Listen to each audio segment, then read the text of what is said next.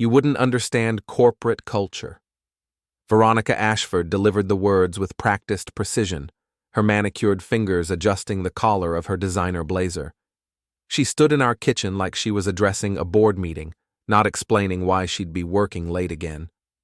The marble countertops reflected the afternoon light streaming through our floor-to-ceiling windows, casting shadows that seemed to emphasize the growing distance between us. I smiled. Not the warm smile she used to love, back when we were young and stupid and thought love conquered all. This was something different, something patient. "You're right," I said, setting down my coffee mug with deliberate care. "I wouldn't understand why strategy sessions require champagne at midnight." Her jaw tightened almost imperceptibly. After 15 years of marriage, I could read the micro-expressions that crossed her face like weather patterns. Annoyance, calculation, the slight widening of her pupils that meant she was preparing another deflection. "Thomas, we've discussed this. The Hartwell account requires extensive coordination with senior management.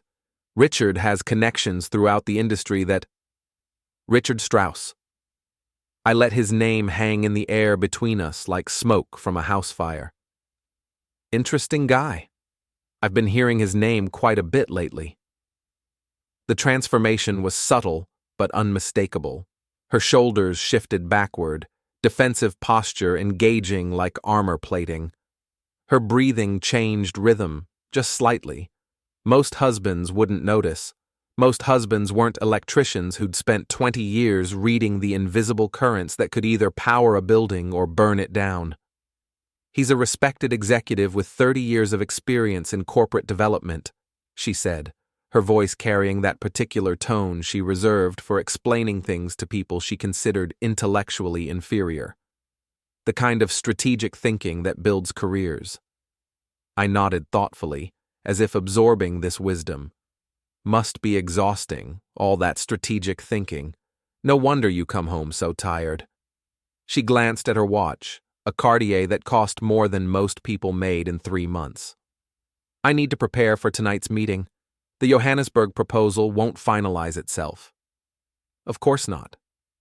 I picked up my mug again, inhaling the rich aroma of Colombian coffee. "Hey, I had an idea about this weekend. Why don't we invite your parents for dinner? It's been too long since we had a proper family gathering." The suggestion caught her off guard.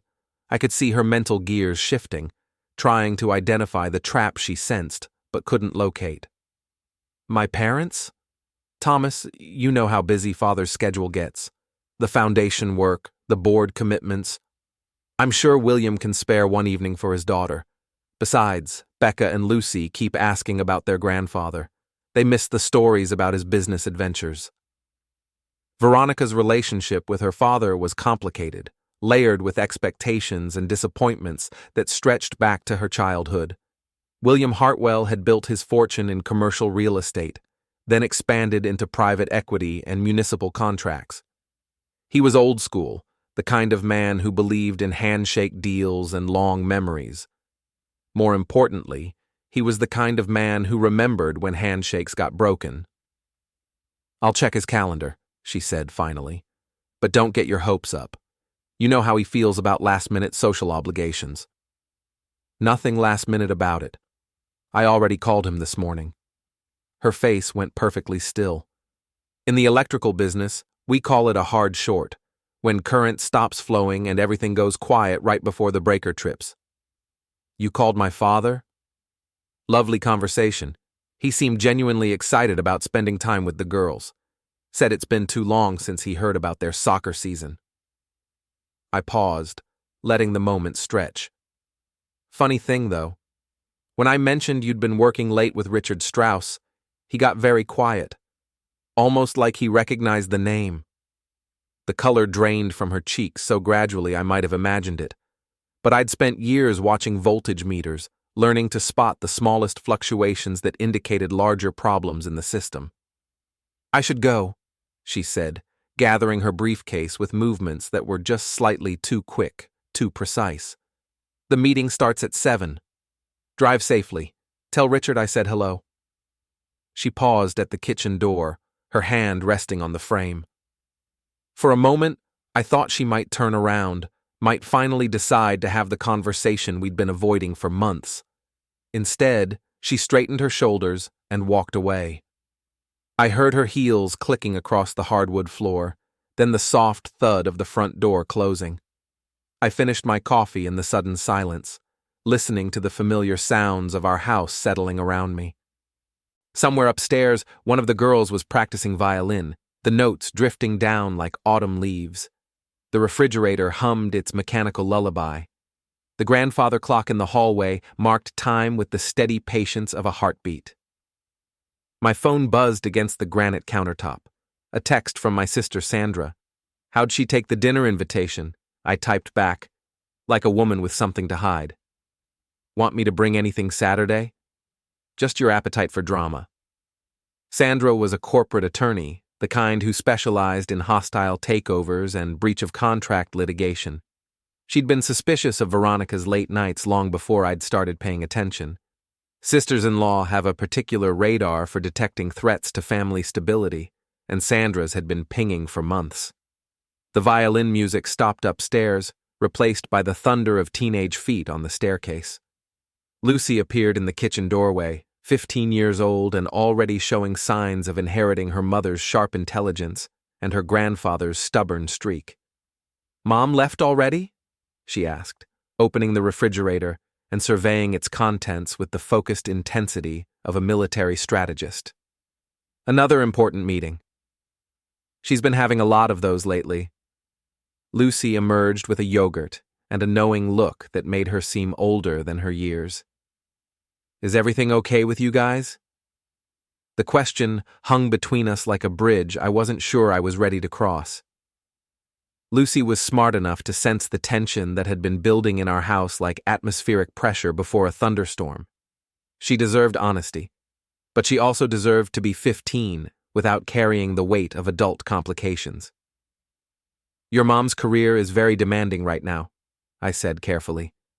"Sometimes that creates stress. Is that why you invited Grandpa William for dinner?" I looked at my daughter, really looked at her. She had her mother's green eyes, but her grandfather's ability to see through surface explanations to the machinery underneath. The combination was formidable. "Partly," I admitted. "I thought it would be nice for the family to spend time together. And partly because you want to ask him about Mom's boss." The accuracy of her observation was both impressive and slightly terrifying. "What makes you think that?" "Dad, you're not exactly subtle. Plus, I heard you on the phone with Aunt Sandra last week. She said something about corporate networks and old favors." Lucy peeled the top off her yogurt with surgical precision. "Are you planning something?" "I'm planning a nice family dinner with your grandfather." "Uh-huh." She fixed me with a stare that could have powered half the city. "Just remember that whatever you're really planning, Becca and I are going to be sitting at that table too." "I would never forget that." "Good, because if this turns into some kind of weird adult drama fest, I'm ordering pizza and watching Netflix in my room." She disappeared back upstairs, leaving me alone with my thoughts and the growing certainty that Saturday's dinner was going to change everything. I'd been patient for months, watching and listening and gathering information like an electrician tracing a short circuit through miles of conduit. Now it was time to flip the switch and see what happened when all that stored energy found its path to ground. My phone rang, interrupting my contemplation. The caller ID showed William Hartwell's name. "Thomas." His voice carried the authority of a man accustomed to being heard the first time he spoke. "I've been thinking about our conversation this morning." "Looking forward to seeing you Saturday, William." "About that. I did some checking after we talked. Richard Strauss." He paused, and I could hear papers rustling in the background. "I know that name." "Do you?" 23 years ago, he was involved in a situation with one of my business associates, a young woman, very promising career in municipal planning, daughter of a good friend. His voice carried the weight of old anger, carefully controlled, but never forgotten. The situation was handled quietly, but the woman's career never recovered. I felt something shift in my chest, like tumblers falling into place in a lock I'd been trying to open for months. That must have been difficult for everyone involved. It was, particularly difficult because Strauss had a pattern. 3 other women, 3 other careers derailed, always handled quietly, always with generous settlements and ironclad non-disclosure agreements. William's breathing was steady, but I could hear the steel underneath. Men like that count on silence, Thomas. They count on people being too polite or too scared to connect the dots. What happens when someone finally does connect them? That depends on who's holding the pen when the picture gets drawn. The line went quiet for a moment, filled with the weight of understanding passing between 2 men who'd both learned that sometimes the most important conversations happened in the spaces between words. "Saturday at 6? William asked finally. "Perfect. Veronica's looking forward to it." "I'm sure she is." After he hung up, I sat in the kitchen as shadows lengthened across the marble countertops. Somewhere in the distance, a transformer hummed with electrical current, converting high voltage into something homes could safely use. The process required careful engineering, precise timing, and absolute understanding of how energy moved through complex systems. I understood systems. I'd been studying this particular one for months, tracing its connections and measuring its load capacity. Now I knew exactly where the weak points were, and exactly how much pressure it would take to make the whole thing come apart. Veronica thought I wouldn't understand corporate culture.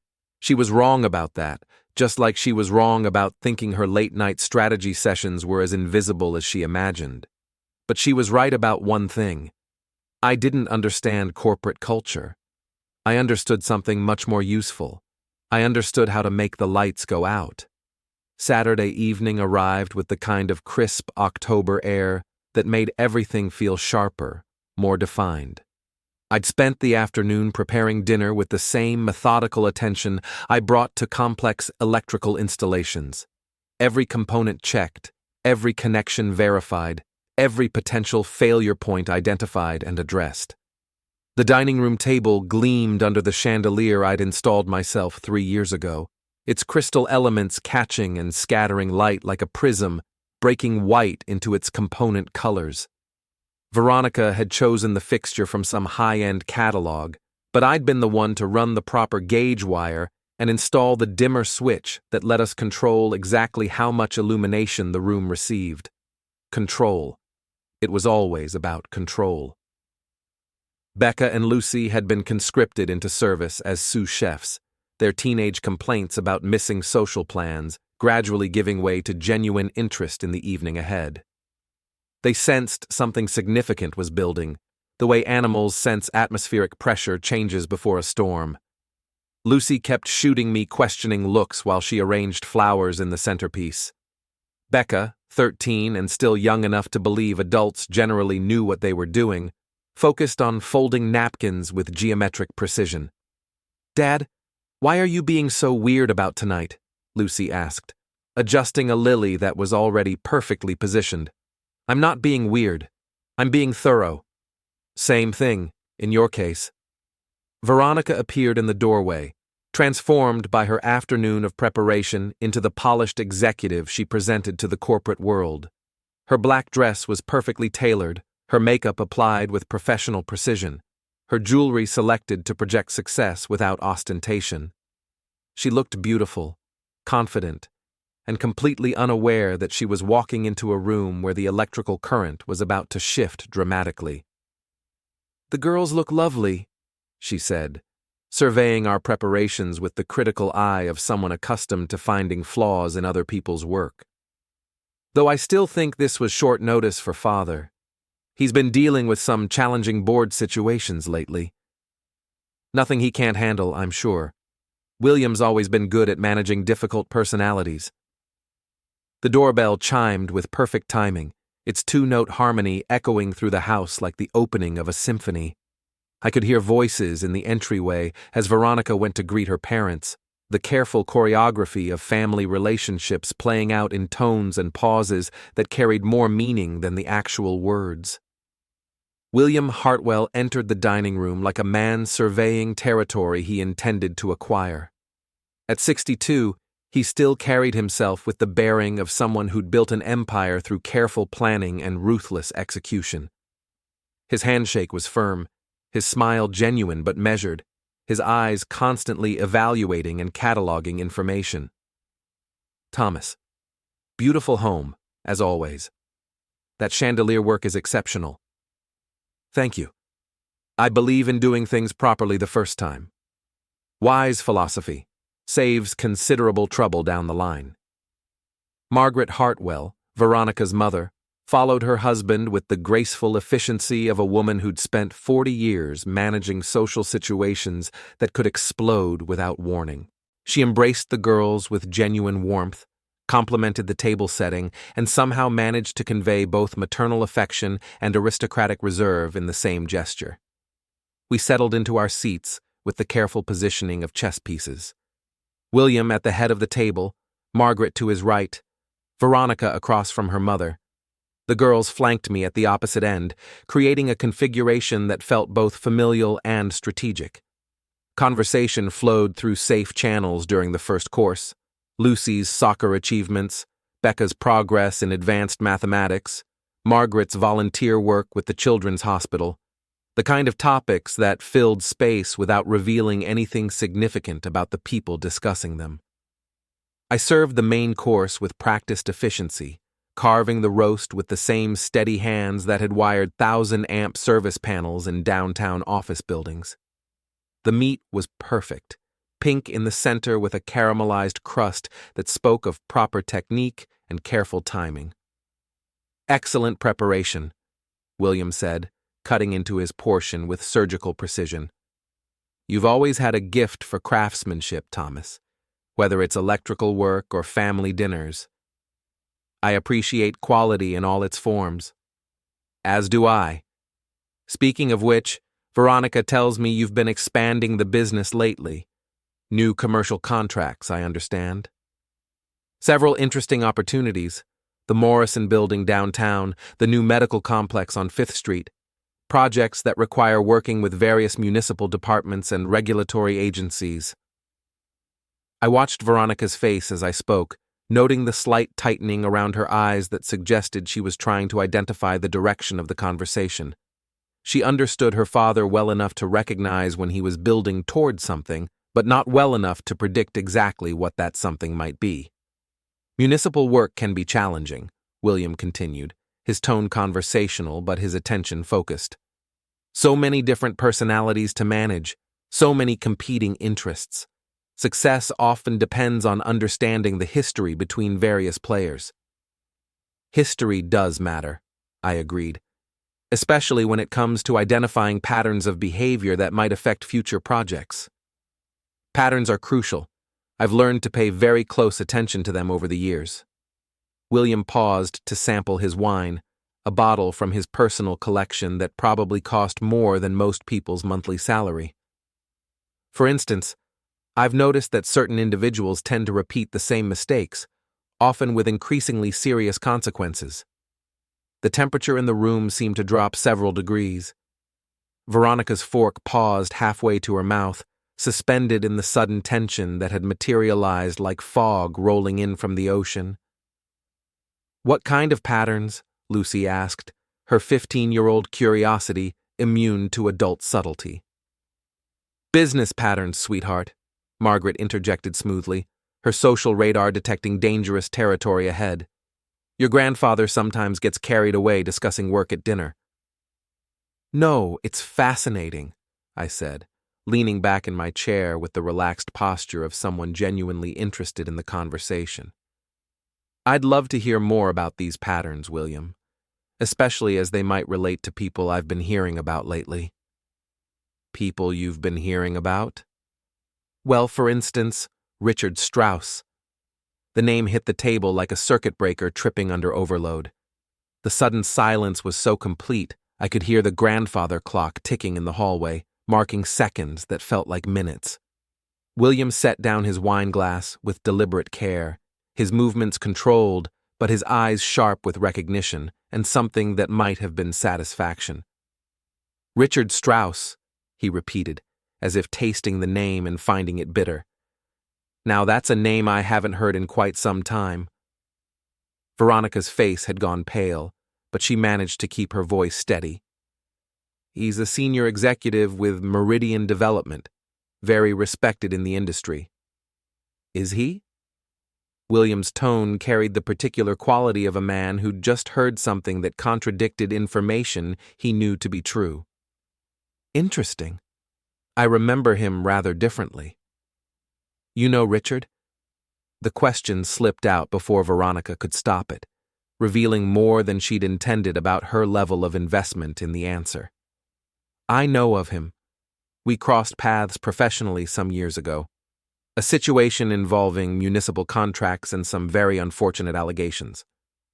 William's voice remained conversational, but there was steel underneath the politeness. The kind of situation that tends to follow certain individuals throughout their careers. I watched the interplay of expressions across Veronica's face, confusion giving way to understanding, understanding giving way to something that looked very much like panic. She was beginning to realize that the carefully constructed walls she'd built around her secret life were developing cracks. Allegations can be misleading, she said carefully. Successful executives often become targets for disgruntled employees or competitors. True enough, William agreed. Though in this particular case, the allegations came from multiple sources over several years. A pattern, you might say. What kind of pattern? This from Becca, who'd inherited her grandfather's directness along with his green eyes. Margaret reached over to squeeze her granddaughter's hand. Perhaps we should discuss something more suitable for dinner conversation. No, I think this is quite suitable, I said, refilling wine glasses with the steady hand of someone completely comfortable with the direction events were taking. After all, Veronica's been working very closely with Mr. Strauss lately. Late-night strategy sessions, weekend planning retreats. It's natural that we'd be interested in learning more about such an important colleague.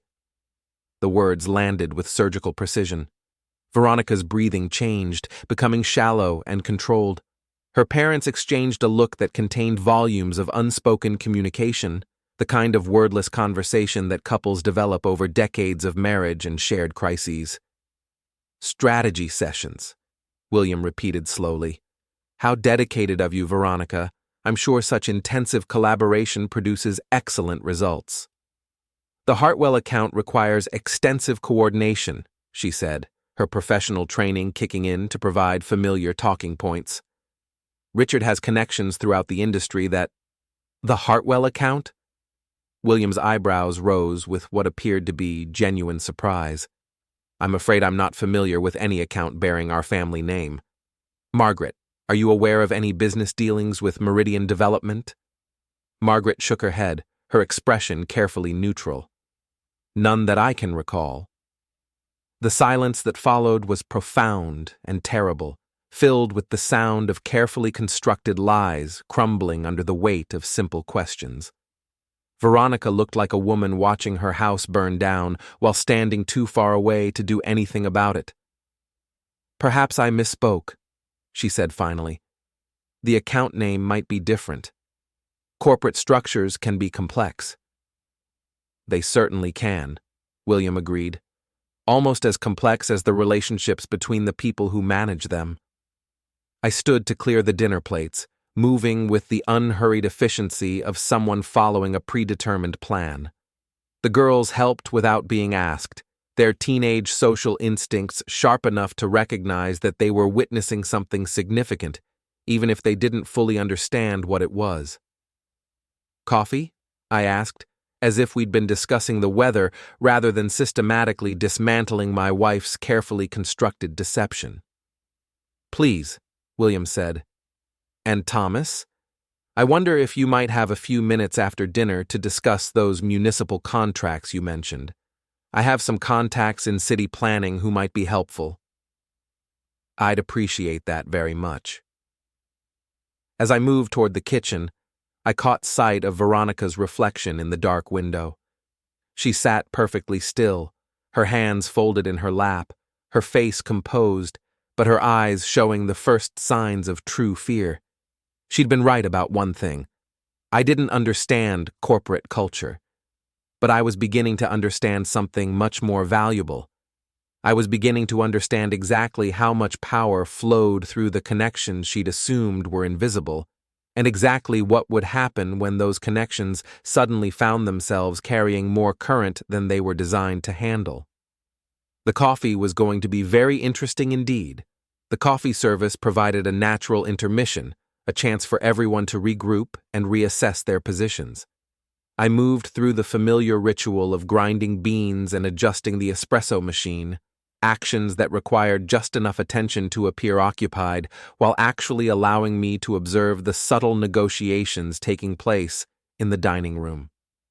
Through the kitchen doorway, I could see William and Margaret engaged in the kind of wordless communication that long-married couples perfect over decades.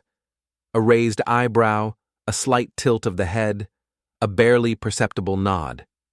They were coordinating their approach to whatever came next, drawing on years of experience managing delicate social and business situations. Veronica sat apart from her parents, literally and figuratively. Her posture remained perfect, her expression composed, but I could see the signs of stress that she thought she was hiding. The slight tremor in her hands when she reached for her water glass. The way she kept glancing toward the hallway as if calculating escape routes. The careful breathing that suggested someone fighting to maintain control. Lucy and Becca had retreated to the living room, ostensibly to work on homework, but actually to position themselves where they could monitor the adult conversation without appearing to eavesdrop. My daughters had inherited their mother's intelligence and their grandfather's strategic thinking. They understood that whatever was happening tonight would affect their lives, and they intended to stay informed. I arranged cups and saucers on a silver tray that had been a wedding gift from Margaret's sister, someone I'd met exactly twice in 15 years of marriage. The kind of peripheral family member who sent expensive presents and formal holiday cards, but remained essentially unknown. Like so many aspects of Veronica's world, beautiful on the surface but lacking any real substance underneath. The espresso machine hissed and gurgled through its cycle, producing the rich, dark coffee that William preferred. I added cream and sugar to a separate service, though I already knew who would want what. After 15 years, you learn to read people's preferences, even when you're no longer sure you know the people themselves. Thomas? Veronica appeared in the kitchen doorway, her voice carefully modulated to suggest casual conversation rather than urgent consultation. Could I speak with you for a moment? I looked up from arranging cookies on a china plate, meeting her eyes with the same expression I'd been wearing all evening. Pleasant, attentive, completely untroubled by the undercurrents swirling around us. Of course. What's on your mind? She glanced back toward the dining room, making sure her parents were still absorbed in their own quiet conference. When she spoke, her voice carried the strained tension of someone trying to sound casual while discussing something critically important. I think there might be some confusion about the work I've been doing with Richard. Father seems to have some misconceptions about Richard Strauss's professional reputation, about the nature of our business relationship. I nodded thoughtfully, as if considering this information for the first time. What would you like me to tell him? The question caught her off guard. She'd been prepared for argument, denial, or accusation. Simple cooperation wasn't part of the script she'd been rehearsing. I'd like you to help me clarify that my work with Meridian Development is entirely professional, that any suggestions otherwise are based on incomplete information or misunderstandings. I see. And what about the late-night strategy sessions, the weekend planning retreats? Should I clarify those as well? Her jaw tightened almost imperceptibly. Those are legitimate business activities, the kind of intensive collaboration that major projects require. Of course they are. I lifted the coffee tray, testing its weight and balance. Would you mind getting the door? She held the kitchen door open as I carried the tray through, her movements automatic, but her attention focused on trying to read my intentions. After 15 years of marriage, she knew me well enough to recognize when I was working from a plan, but not well enough to predict what that plan might involve. We returned to the dining room to find William studying his phone with the concentrated attention of someone reading information that confirmed his worst suspicions. He looked up as we entered, his expression grave but not entirely displeased. "Excellent timing," he said, slipping the phone into his jacket pocket. "I was just catching up on some industry news." I served coffee with the practiced efficiency of someone who'd hosted countless business dinners over the years. William took his black, Margaret added cream and sugar. Veronica wrapped her hands around her cup as if trying to draw warmth from the porcelain. "Anything interesting happening in your circles?" I asked, settling back into my chair with my own coffee. "Quite interesting, actually. It seems there's been some significant movement in the executive ranks at Meridian Development, several senior positions being restructured." The word hung in the air like smoke from an electrical fire, acrid and impossible to ignore. Veronica's cup rattled slightly against its saucer as she set it down. "Restructuring is common in large corporations," she said, her professional training providing familiar talking points. "Market conditions require constant adaptation." "True enough," William agreed, "though this particular restructuring appears to be driven by HR concerns rather than market forces. Something about workplace conduct policies and liability management." I watched Veronica's face as understanding dawned, her carefully maintained composure beginning to show hairline cracks like overstressed concrete. She was starting to realize that her secret world was not as secret as she'd believed, and that the consequences she'd never allowed herself to consider were beginning to manifest in real time. "HR concerns can be very serious," I said conversationally, "especially when they involve patterns of behavior that create legal exposure for the company." "Patterns," William repeated, his voice carrying satisfaction mixed with something darker. "Yes, that seems to be exactly what the Meridian Board is concerned about. Patterns of inappropriate conduct that span multiple years and multiple collaborations." The euphemism was delicate but unmistakable. Veronica's breathing had become shallow, controlled, the kind of breathing that suggested someone fighting to maintain composure while their world shifted beneath them. "I should call the office," she said, starting to rise from her chair. "If there are significant changes happening, I need to understand how they might affect current projects." "Sit down, Veronica." William's voice carried the authority of a man accustomed to being obeyed immediately and without question. It was the same tone he'd probably used in boardrooms and negotiation sessions, the voice of someone who understood exactly how power worked and wasn't afraid to use it. Veronica sat. "I think we're past the point of pretending this is about project management or corporate restructuring," he continued, his tone remaining conversational, but his meaning crystal clear. "I think it's time we discussed what's really been happening during those late-night strategy sessions."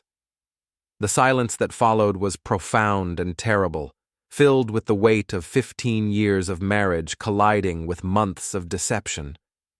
I could hear the grandfather clock in the hallway marking time, each tick measuring the distance between the life we'd built together and whatever came next. "Father, I don't think you understand." "I understand perfectly."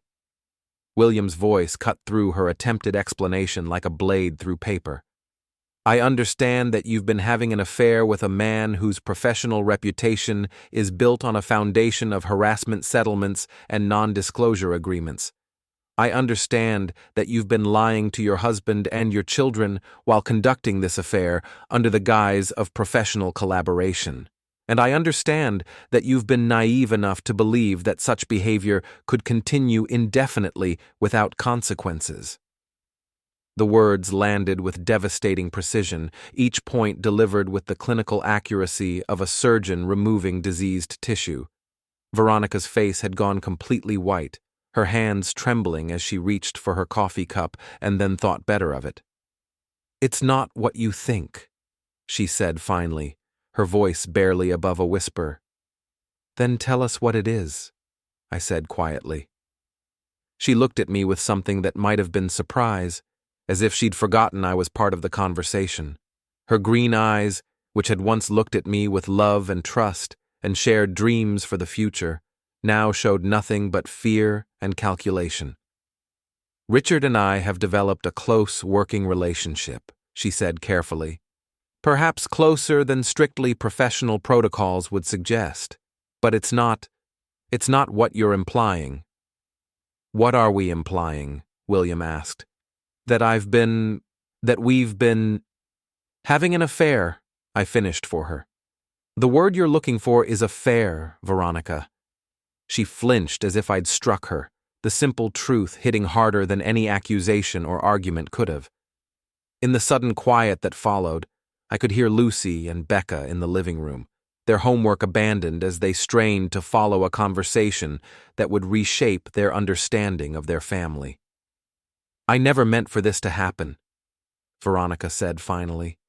"Richard and we connected on a professional level that gradually became more personal. But it's not some sordid affair. It's a genuine relationship between two people who understand each other's ambitions and challenges." "A genuine relationship," William repeated, his tone suggesting he was tasting something particularly unpleasant. "Is that what you call it, when a married woman spends her evenings with a man who has a documented history of exploiting professional relationships for personal gratification? You don't know Richard the way I do." "I know him exactly as well as I need to," William said. "I know that 23 years ago he destroyed the career of a young woman whose only mistake was trusting him with her professional future. I know that he's done the same thing to at least 3 other women since then, always with the same pattern of seduction, exploitation, and abandonment.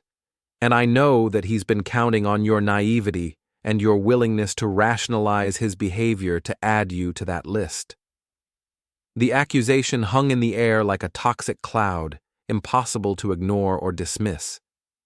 Veronica's composure finally cracked completely, tears beginning to flow down her cheeks as the careful construction of justifications and rationalizations she'd built around her choices began to collapse. "He loves me," she said, the words carrying the desperate quality of someone clinging to a life preserver in rough seas. "Whatever happened in the past, whatever mistakes he might have made, what we have is different." "Is it?" I asked quietly. "Or is it exactly the same pattern, just with a different woman who believed she was special enough to change him?" The question struck home with devastating accuracy. I could see the moment when doubt crept into her certainty, when the comfortable lies she'd been telling herself began to crack under the pressure of inconvenient truths. My phone buzzed against the table, the vibration unnaturally loud in the sudden silence. I glanced at the screen and felt something that might have been satisfaction settle in my chest like a warm current, finding its proper path. "Excuse me for just a moment," I said, rising from my chair with unhurried precision. "I need to take this call." I walked into the hallway, leaving behind a dining room full of people trying to process the wreckage of assumptions and certainties that had seemed unshakable just hours before. The call was from Sandra, and her voice carried the particular satisfaction of a lawyer who just won a case everyone expected her to lose. "It's done," she said without preamble. "Richard Strauss was terminated this afternoon. Security escorted him out of the building at 4:30, and his corporate accounts have been frozen pending a full investigation." "Investigation into what?" "Officially, misuse of company resources and violation of workplace conduct policies. Unofficially, 3 women came forward this week with allegations spanning the last 5 years. Once the floodgates opened, HR couldn't close them fast enough." I leaned against the hallway wall, feeling the solid weight of the house around me, the home Veronica and I had built together during the years when we still believed in shared dreams and mutual respect. What about Veronica? She's not directly implicated in the conduct violations, but her involvement with Strauss is going to make her position at Meridian untenable. Companies don't like executives whose personal lives create liability exposure. So she'll lose her job. Almost certainly. The question is whether she'll resign quietly or wait to be pushed out. Either way, her career in corporate development is probably over. I closed my eyes, feeling the weight of 15 years of marriage and 2 beautiful daughters, and a life that had seemed solid until it wasn't. When I opened them again, I could see into the dining room, where my wife sat crying while her father explained exactly how thoroughly she'd destroyed her professional reputation and her family's trust. "Thomas?" Sandra's voice brought me back to the present. "Are you okay?" "I'm perfect," I said, and realized that despite everything, it was actually true.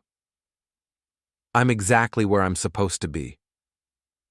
I ended the call and walked back into the dining room, where 3 generations of family history were trying to process the reality that everything they'd thought they understood about trust and loyalty and the bonds that held people together had just been revealed as far more fragile than anyone had imagined. But not everything was fragile. Some things, like the electrical systems that powered the lights above our heads, like the foundation that supported the walls around us, like the love between a father and his daughters, were built to last. And some things, like lies and betrayal and the arrogant assumption that actions didn't have consequences, were built to fall apart the moment someone applied the right amount of pressure in exactly the right place. I was very good at understanding pressure, and I was just getting started. The girls were standing in the doorway when I returned to the dining room. Lucy wasn't pretending anymore. Becca wasn't either. They weren't crying, not yet. They were watching, quiet, observant, absorbing the moment the way only children of engineers and executives do, by cataloging cause and effect. Veronica noticed them and finally broke. "I didn't want you to find out like this," she said, her voice fracturing. "I never wanted to hurt anyone." Lucy tilted her head. "Then why did you lie?" The question was simple, brutal, impossible to spin. Veronica opened her mouth, then closed it. No corporate language existed for that moment. No framing, no narrative, no slide deck could explain why a mother chose secrecy over honesty. William stood. "I think this evening has gone far enough," he said. "Margaret, we'll give them space." He looked at me then, not as a businessman, not as a negotiator, but as a father. "You did the right thing, Thomas. Quietly, precisely." "I didn't do anything," I replied. "I just stopped pretending." They left shortly after. No slammed doors, no raised voices, just the soft finality of coats being picked up and a chapter closing without applause. Veronica remained seated. For a long time, no one spoke. Finally, Becca crossed the room and hugged me around the waist. Lucy followed a second later, leaning her head against my shoulder with a heaviness that felt older than 15. "We're okay," Lucy said quietly. "We just want the truth from now on." "You'll always get it," I said. They went upstairs together. When we were alone, Veronica looked at me like a stranger. She suddenly realized she'd underestimated. "You planned this," she said. I shook my head. "No, I prepared. There's a difference. You destroyed my career." I met her eyes. "You handed it to someone who was already burning everything he touched." "I just turned on the lights." Silence again. "What happens now?" she asked. I thought about the answer. About divorce attorneys and custody schedules and houses that echo differently once trust leaves them. "What always happens after a system overload," I said. "The breaker trips. Everything goes dark for a while. Then you rebuild, if there's anything worth rebuilding." She nodded slowly, tears falling without drama now. "I don't think I ever really saw you," she whispered. "No," I agreed. "You didn't." That night, after everyone was asleep, I stood alone in the hallway and flipped off the chandelier. The house settled into darkness, steady and quiet, exactly the way it should be. Corporate culture, I'd learned, was just another system, wires hidden behind walls, power flowing where people assumed no one was watching. But systems don't care about assumptions.